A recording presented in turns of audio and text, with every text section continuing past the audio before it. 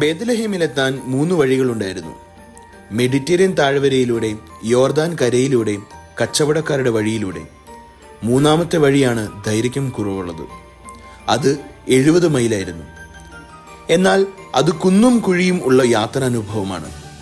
സിംഹം, കരടി തുടങ്ങിയ വന്യമൃഗങ്ങളുടെ കാടുകൾ, കൊള്ളക്കാരുടെ ആക്രമണ സാധ്യതയും. ഇവകളിൽ നിന്നും രക്ഷ നേടാൻ ഒരു സ്വാർത്ഥ വാഹക സംഘമായി വ്യാപാരികൾ സഞ്ചരിക്കുകയാണ് പതിവ്. ധനികർ കുതിരപ്പുറത്തും രഥങ്ങളിലും മുന്നേറിയപ്പോൾ പാവപ്പെട്ടവർ കാൽനടയായും കഴുതപ്പുറത്തും അവരുടെ കൂടെ നീങ്ങി. എന്റെ ജീവിതയാത്രയുടെ തുടക്കം എവിടെയാണ്? എന്റെ അമ്മയുടെ ഉദരത്തിൽ. അന്നു മുതൽ ഇന്ന് വരെ, ഇന്നു മുതൽ മരണം വരെ ഇതാണ് എന്റെ വഴി.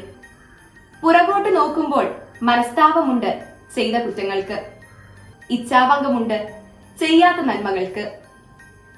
മുൻപോട്ട് നോക്കുമ്പോൾ ഭയമുണ്ട് ഭാവിയെ പറ്റി. ഇനി എന്താണ് ചെയ്യുക?